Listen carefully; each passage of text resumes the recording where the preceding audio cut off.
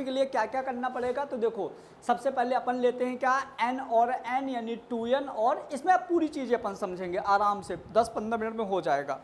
तो सबसे पहले अपन क्या ले लिए, सुनो तो, 1 2 3,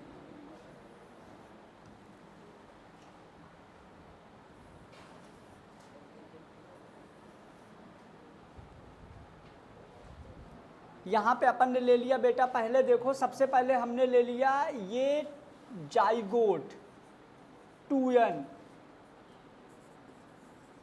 ये जाइगोट है। और जब जाइगोट होता है तो उसके बाहर वाली जो परत है, ये मान लीजिए कि आपका जोना पेलुसिडा है, ये प्री वाइटेलाइन मेम्ब्रेन या वाइटेलाइन मेम्ब्रेन आप बोल सकते हो, ये दो परतें हो गई, समझ गए। फर्टिलाइजेशन हो चुका है, फर्टिलाइजेशन होने के बाद सिंगल सेल बन जाता है जाइगोट। क्या बन गया, ये सिंगल सेल होता है जिसको हम बोलते हैं जाइगोट। इन चीज़ों को आप याद करना पॉसिबल नहीं है, यदि आप इनको समझ लिए ना और 2-4 बार दूसरों को समझा दोगे ना, 100% परफेक्ट हो गया। आपको ऐसे याद नहीं करना, आपको समझना है। आप इमेजिन करो कि अपन एम्पुला में हैं और एम्पुला में फर्टिलाइजेशन हो चुका है और बन गया है जाइगोट। क्या बन गया है, जाइगोट। अब इनमें मल्टीपल टाइम माइटोसिस होगा, बहुत बार माइटोसिस होगा, क्लियर। यहाँ क्या होगा, इनमें मल्टीपल टाइम माइटोसिस होगा। मैं एक जगह लिख देता हूँ, बाकी आप खुद समझ जाना। तो माइटोसिस जब होता है तो माइटोसिस होता है बेटा सोमैटिक सेल में, जो ये वाली सेल बनी है। इस सेल में जैसे ही माइटोसिस होगा तो इससे ना ये देखो 2 सेल बन गई। कितनी बन गई, 2। अभी बस फर्टिलाइजेशन के कुछ घंटे हुए हैं, बस ज़्यादा टाइम नहीं हुआ है। 2 से कितने सेल बन गए, 4। 4 से कितने बन जाएंगे, 8।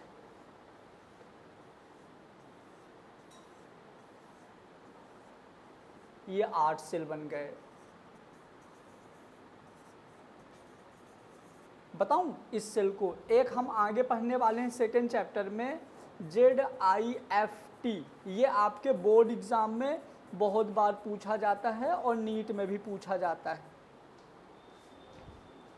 जाइगोट इंट्राफैलोपियन ट्रांसफ़र, मतलब जो फीमेल में बच्चे नहीं होते ना, उनको हम टेस्ट ट्यूब बेबी देते हैं, मतलब बाहर से फर्टिलाइजेशन बना के और उसके वेजाइना के अंदर इम्प्लांट करते हैं, तो वो कहलाता है क्या, जाइगोट इंट्राफैलोपियन ट्रांसफ़र। तो जाइगोट इंट्राफैलोपियन ट्रांसफ़र में क्या करते हैं ना, इनको बाहर टेस्ट ट्यूब में फर्टिलाइजेशन करवाते हैं। टेस्ट ट्यूब में फर्टिलाइजेशन करवाने के बाद ना, जब ये 8 सेल स्टेज आ जाता है तो इसको फीमेल के यूट्रस में इम्प्लांट करते हैं, फैलोपियन ट्यूब में इम्प्लांट करते हैं। इसलिए हम इसको क्या बोलते हैं, जाइगोट फैलोपियन ट्यूब में, sorry, zygote intra fallopian transfer. ये देखो क्या बोलते हैं इसको अपन, जाइगोट इंट्राफैलोपियन ट्रांसफ़र। इसका मतलब समझ में आया।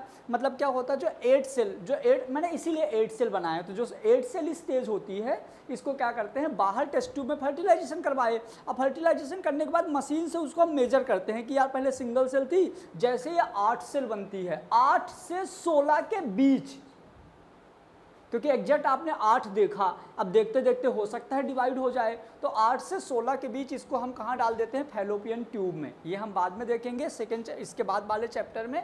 अभी हमने देख लिया बेटा 8 सेल स्टेज तक, कहाँ तक देख लिया, 8 सेल स्टेज। अब आओ देखो क्या होता है 8 सेल स्टेज के बाद। देखो अब जोना पेलुसिडा पतला हो गया, भाई मोबाइल बंद कर दो। क्या हुआ, जोना पेलुसिडा पतला हो गया, और जोना पेलुसिडा जैसे पतला होगा ना, तो उस टाइम पे जोना पेलुसिडा पतला भी हो रहा है, और 8 सेल फिर से डिवाइड होकर कितनी बना देंगी, 16 सेल। तो ये हो जाता है 16 सेल।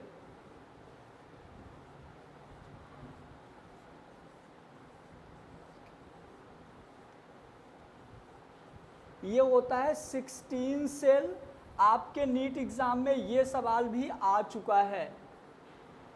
16 सेल स्टेज को हम क्या बोलते हैं, इसका एक और नाम है मोरुला स्टेज। बहुत बढ़िया। इसको मॉरुला स्टेज क्यों बोलते हैं? इसको मॉरुला स्टेज क्यों बोलते हैं? क्योंकि ये मलबेरी फ्रूट जैसे दिखता है। कैसे दिखता है? जैसे मलबेरी का फ्रूट्स होता है तो मलबेरी फ्रूट्स जैसे दिखता है, जिसको हम सहतूत बोलते हैं। सहतूत के फल जैसे दिखता है, इसलिए हम इसको क्या बोलते हैं? मॉरुला स्टेज। अब इसके बाद क्या होगा, ध्यान से समझो। जो जोना पेलुसिडा है वो तो पतला होगा ही, साथ में इसके अंदर की जो सेल हैं, इसके अंदर जो सेल हैं ये दो लाइनों में व्यवस्थित हो जाती हैं, दो लाइन में अरेंज हो जाती हैं, एक बाहर और कुछ अंदर। अब यहाँ नंबर फिक्स नहीं होता, क्योंकि 16 में डिवाइड हुआ होगा तो 32 हो गई होंगी, फिर से डिवाइड हुआ होगा तो 64 हो जाएंगी। तो यहाँ पे दो लाइनों में ये सेल डिवाइड हो जाएंगी। हाँ, ये कंटिन्यू डिवाइड करती रहेंगी जब तक अटैच नहीं हो जाएंगी ये। तो एक बाहर बन गई और जो ये अंदर वाली थी ना, ये ऊपर जाके अटैच हो गई। देखो, सॉरी अभी नहीं, अगले स्टेप में ये कुछ इस तरह से हो गई।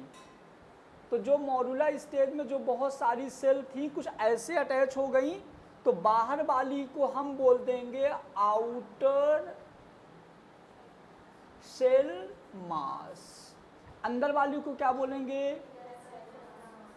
Inner cell mass. अब जानते हो, मैं इनको शॉर्ट में लिखूंगा तो आप समझ जाना, आउटर सेल मास और इनर सेल मास। ठीक है, गौरव आ गया बेटा इतना समझ में? पक्की बात, सबको आ गया यहाँ तक समझ में? क्लियर यहाँ पे हो गया। अब इसके बाद एक काम करते हैं, इसमें एक और चेंजिंग होती है। क्या चेंजिंग होती जानते हो? जो आउटर सेल मास है तो आपस में सारी सेल थोड़ी थोड़ी दब के और थोड़ा थोड़ा ओवरलैप हो जाएंगी, और जो अंदर वाली हैं ये सारी की सारी ऊपर चिपक जाएंगी। ये लगभग चौथा दिन हो गया, 3 या 4 दिन होने वाले हैं, है ना? तो ये कुछ ऐसे हो गई। देखो, जो आउटर सेल मास हैं ये थोड़ा थोड़ा ऐसे ओवरलैप हो गई। जिसको समझ में नहीं आए जहाँ पे वो वहीं पे रोक के और पूछ लेंगे। ये थोड़ा थोड़ा ऐसे ओवरलैप हो गई ये, और जो अंदर वाली थी इनर सेल मास ये देखो ऊपर अटैच हो गई, ऐसा कुछ। और इसमें हम तीनों के नाम दे दिए। ये था zona pellucida, outer cell mass और इनर सेल मास। यहाँ तक कोई दिक्कत? अब जो इनर सेल मास है ना, तो देखो ये खाली जगह नहीं बचती है, इन्हीं सेल से कुछ पानी टाइप का निकलता है और वो पानी टाइप का यहाँ पे भरा जाता है। ये यहाँ पे वो इन्हीं सेल से निकलता है, ये पानी टाइप का यहाँ पे कुछ भरा गया। अब सुनो, इस स्टेज को जब ये वाला एम्ब्रियो इस तरह से अरेंज हो जाता है तो इस स्टेज को हम बोलते हैं ब्लास्टुला। क्या बोलते हैं? Blastula stage. देखो, एक था मॉरुला, अब हो गया ब्लास्टुला। क्लियर? और यहाँ पे जो जगह है इसको बोलेंगे ब्लास्टोसील। क्या बोलेंगे? ब्लास्टोसील। और यहाँ जो पानी भरा हुआ है तो ब्लास्टोसीलिक फ्लूइड। यहाँ जो पानी टाइप का भरा हुआ है ये हो गया फ्लूइड। इतनी बात समझ में आई? अब क्या होगा, मैंने बोला था कि ये जो जाइगोट है तो ऐसे राउंड राउंड कर करके जा रहा है। पिछले लेक्चर में बताया था घूमते घूमते। तो जब ये घूमेगा ना तो बाहर की जो परत है वो क्या करेगी, फैलोपियन ट्यूब के अंदर वाली दीवार से रगड़ रगड़ के फट गई। तो दो चीज़ें एक साथ हो रहा है। क्या हो रहा है कि इसके अंदर का साइज बढ़ रहा है, तो साइज जब अंदर बढ़ता है, जैसे आप देखो गुब्बारा है, यदि गुब्बारे में हम क्या करते हैं कि ज़्यादा हवा भरते हैं तो पतला होता जाता है। किसी भी चीज़ को ज़्यादा खींचोगे तो पतला होता जाता है। दो तरीका है, पहला तो इसके अंदर सेल बढ़ रहे हैं तो फूल रहा है, फूलने की वजह से जो बाहर की परत है जोना पेलुसिडा वो पतली हो गई। दूसरा, ये फैलोपियन ट्यूब के कांटेक्ट में आ रहा था, फैलोपियन ट्यूब से ना फ्रिक्शन, रगड़ खा रहा था, तो दो रीजन के वजह से धीरे धीरे जोना पेलुसिडा क्या हो गया, डिस्ट्रॉय हो गया। और जैसे जोना पेलुसिडा डिस्ट्रॉय होता है तो जो आउटर सेल मास होता है वो एक नई परत बना देता है जिसको बोलते हैं ट्रोफोब्लास्ट। मजा आ गया, ध्यान से सुनना सब लोग, यही कहानी है मेन जो आपके एग्जाम में आपको भयंकर कंफ्यूज करती है। क्लियर? तो हम देखते हैं, मैं डाइटेड बना दे रहा हूं, आप समझ जाओगे ये क्या है।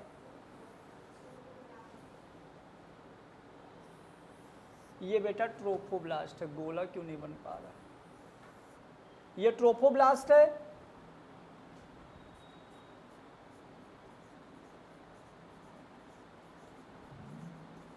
हर्षिता आउटर सेल मास, वो सॉरी क्या बोलते हैं, वो कहाँ गई, कौन, आउटर सेल मास कहाँ गई, कहाँ गई आउटर सेल मास, ट्रोफोब्लास्ट बना दिया। अजोना पेलुसिडा कहाँ गई, डिस्ट्रॉय हो गई। समझ गए? क्लियर? अब इनर सेल मास जो थी, जो ऊपर अरेंज थी, तो एक ऐसे नीचे पट्टी बना दिया, एक ऊपर बना दिया। मजा आ गया तुम लोगों को। देखो जो इनर सेल मास थी वो कुछ नीचे ऐसी एक पट्टी बना दी, और ये कुछ ऊपर ऐसे पट्टी बना दिया, ये इनर सेल मास है। ये इनर सेल मास जो नीचे पट्टी बनाती है इसको हम बोलते हैं एंडोडर्म।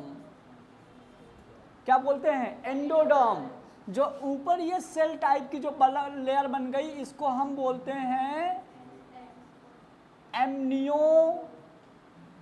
बहुत इंपॉर्टेंट चीज तुम लोग पढ़ने वाले हो, एमनियोजेनिक सेल। क्या बना दिया? Amniogenic cell.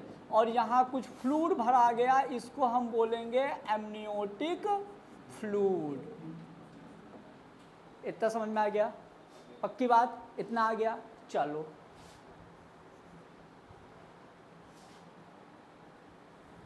ये लाल वाला ट्रोफोब्लास्ट है, लाल वाला ट्रोफोब्लास्ट है। क्लियर? यहाँ पे जो है ये और अच्छे से स्क्वायर में अरेंज हो गई, जानते हो, ये स्क्वायर में अरेंज हो गई।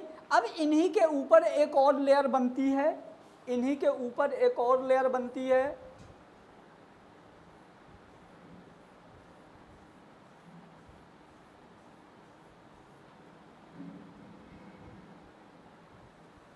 ये जो नीचे वाली परत है ना इसको बोलते हैं हाइपोब्लास्ट, ऊपर वाली को क्या बोलते हैं? इपीब्लास्ट।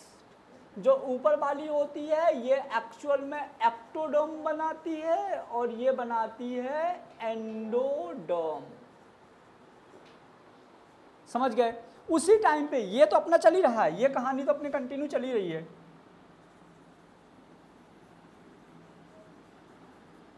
यहां से भी एक पतली परत बन गई ऐसे। क्लियर? यहाँ एक्स्ट्रा एमनियोटिक फ्लूइड भर गया, एक्स्ट्रा एमनियोटिक फ्लूइड भरा गया, और यहाँ एमनियोजेनिक फ्लूइड भरा गया।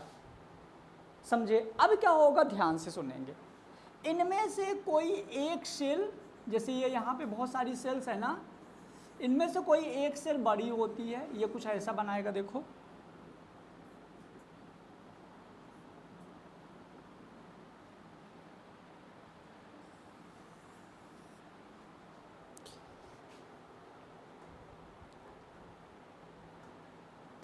ये हमारी बनी एंडोडर्म।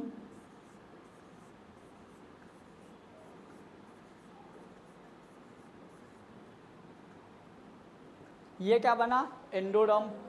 आओ, ये बना एक्टोडर्म।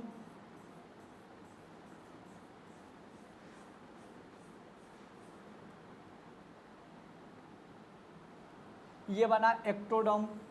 जानते हो जहाँ एक्टोडर्म बनता है ना, अभी मैं बता रहा हूँ, बहुत मज़े की चीज़ समझना ध्यान से।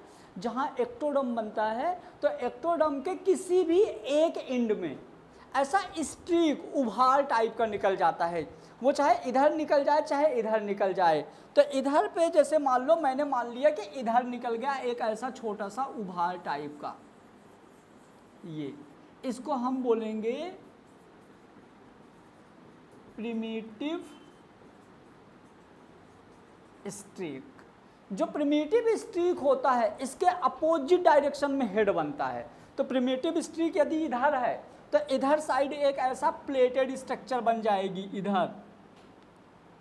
इधर साइड कुछ ऐसा प्लेटेड टाइप का स्ट्रक्चर बन जाएगा और इसको हम बोलेंगे प्रोकॉर्डियल स्ट्रीक।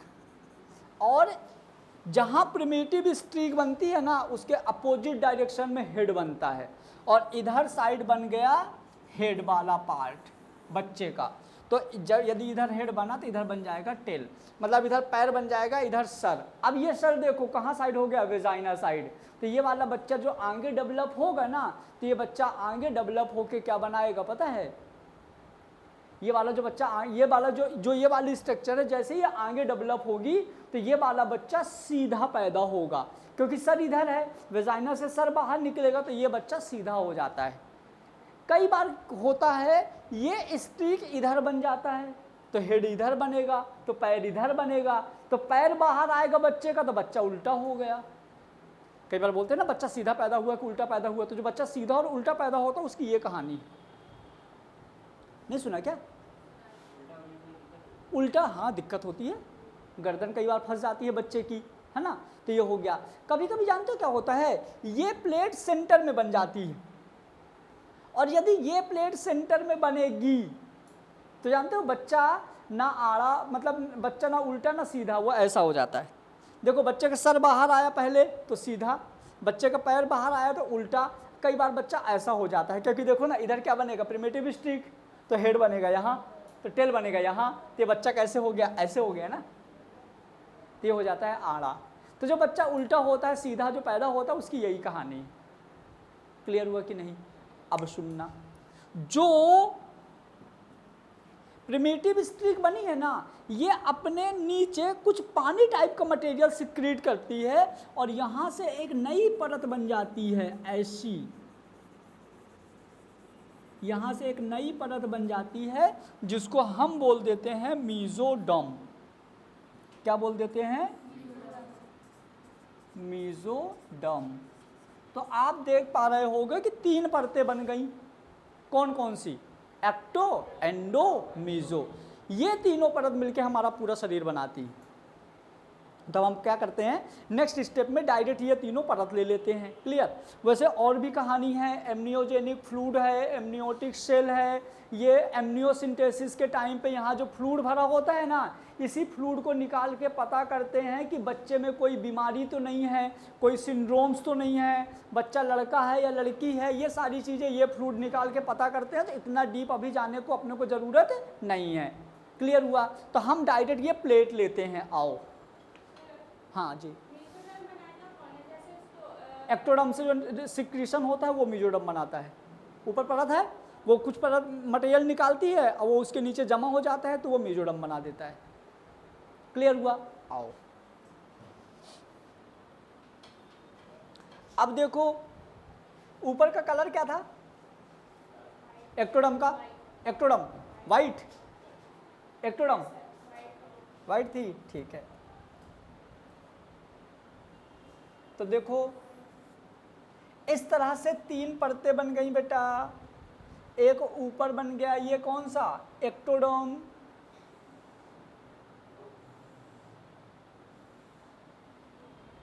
बीच में क्या बन गया? मीजोडर्म। सबसे नीचे क्या बन गया? ये पीला था ना,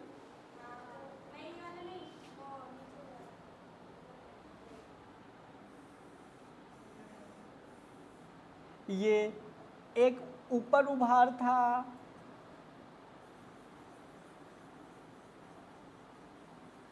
एक इधर नीचे उभार था। जो नीचे वाला उभार था ये बना रहा था हेड, और इधर साइड वाला बना रहा था टेल।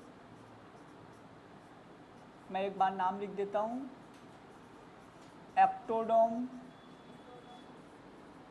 मेसोडर्म और एंडोडर्म। कोई दिक्कत? यहाँ तक कहानी समझ में आ गई? अब आओ, अब ये जैसे ही आगे जाएगा तो अब जानते हो क्या होगा, अब ये थोड़ा थोड़ा ना शेप लेना स्टार्ट कर देगा, बच्चे वाला शेप लेना स्टार्ट कर देगा। देखो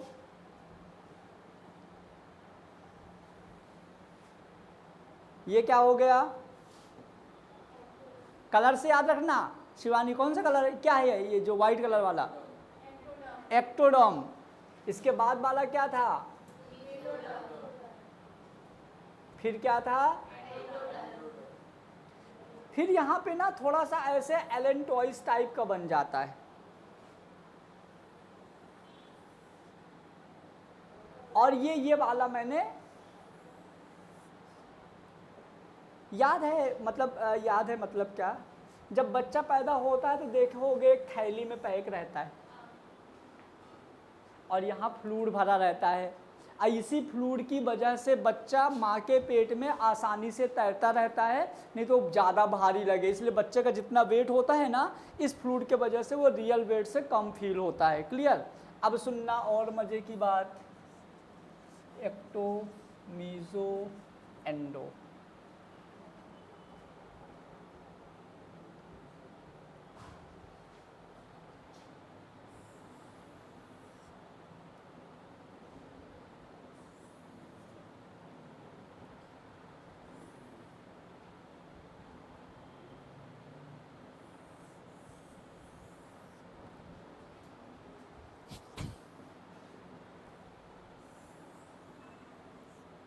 अब जानते हो क्या होगा, यहाँ पे थोड़ी थोड़ी चेंजिंग स्टार्ट होने लग जाएगी, यहाँ पे हल्का हल्का चेंजिंग स्टार्ट होने लग जाएगा।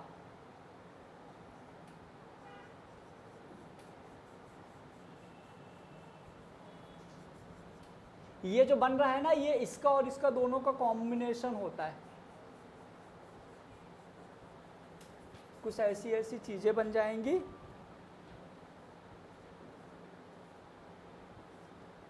ये वाला पार्ट ब्रेन बनाने लगेगा और इधर साइड बनने लगेगा स्पाइनल कॉर्ड। मतलब ये आपका सेंट्रल नर्वस सिस्टम, ये आपका peripheral nervous system, autonomous nervous system, इस तरह की चीज़ें यहाँ बनने लग जाएंगी। अब सेंट्रल नर्वस सिस्टम मतलब आपका यहाँ बन गया ब्रेन। क्या बन गया? ब्रेन। अब देखो तो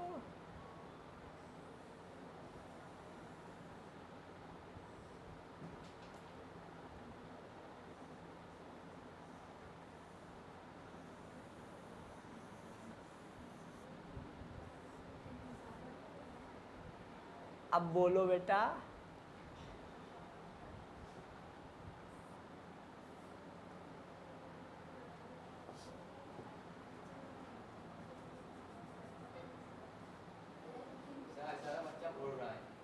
क्या? हाँ तो उड़ता ही है वो पानी में, कोई ये बैठा थोड़ी रहता है। समझ गए? तो ये बन गया क्या? अब जैसे ही मेरी बात सुनना, ये कहाँ पे पैक्ड है पता है? ये कहाँ है? ये जुड़ा कहाँ है पता है ना आपको? कहाँ है? ये यूट्रस में होता है। तो यहाँ तक मान लो अब इसका ना 9 मंथ हो चुका है। कितने? मान लो इसका 9 मंथ हो चुका है। जैसे 9 मंथ हो चुका होता है, बच्चा कंप्लीट डेवलप हो चुका होता है। किस मंथ में क्या होता है वो मैंने कल टेबल बताया था, उसमें से अपन देख लेंगे। जैसे बच्चे का लगभग 9 मंथ हो चुका होता है तो जानते हो क्या होता है? ब्रेन से, मतलब जो पिट्यूटरी ग्लैंड होती है, पिट्यूटरी ग्लैंड से एक हार्मोन रिलीज होता है जिसका नाम है ऑक्सीटोसिन। ये oxytocin hormone wall of uterus, uterus की वॉल में आता है। कहाँ आता है? यूट्रस की वॉल में। और इन यूट्रस की वॉल में क्या प्रोड्यूस करता है? कॉन्ट्रिक्शन। क्या प्रोड्यूस करता है? कॉन्ट्रिक्शन। और जैसे यूट्रस की वॉल में कॉन्ट्रिक्शन होता है, साथ में फीमेल का जो पेल्विक रीजन होता है, जो नीचे वाली हड्डी होती है कमर वाली, तो दोनों कमर वाली हड्डियों को ओपन करता है। जैसे ये पैक्ड है तो कमर वाली हड्डी को ओपन करता है और साथ में यूट्रस की वॉल में कॉन्ट्रिक्शन, ऐसे दबती है यूट्रस की वॉल। तो एक साथ दोनों काम होता है, ये वाली दीवार ऐसे दबती है, ये दीवार दबती है और ये वाला रीजन ओपन होता है, तो बच्चा आसानी से बाहर चला जाता है। इसीलिए ऑक्सीटोसिन जो होता है ये कॉन्ट्रिक्शन का काम करता है और ये पार्चुरेशन वाला हार्मोन भी होता है। तो ये हो गया हमारा क्या? पार्चुरेशन। तो बच्चे का डेवलपमेंट प्लस पार्चुरेशन। फिर से सुनना, व्हाट इज पार्चुरेशन? पार्चुरेशन क्या है? पार्चुरेशन क्या है? तो यूट्रस से बच्चे को बाहर निकलने की जो प्रोसेस है, यूट्रस से बच्चे को बाहर निकलने की जो प्रोसेस है वो कहलाती है पार्चुरेशन। क्लियर हुआ कि नहीं? एम्ब्रियोनिक डेवलपमेंट हो गया। क्या होता है एम्ब्रियोनिक डेवलपमेंट? जाइगोट से लेके बच्चे का कंप्लीट बनना एम्ब्रियोनिक डेवलपमेंट हो गया। और पार्चुरेशन क्या होगा? यूट्रस में जब फोर्सफुल कॉन्ट्रिक्शन होता है तो बच्चा बाहर निकलता है, उसको पार्चुरेशन कहते हैं। ये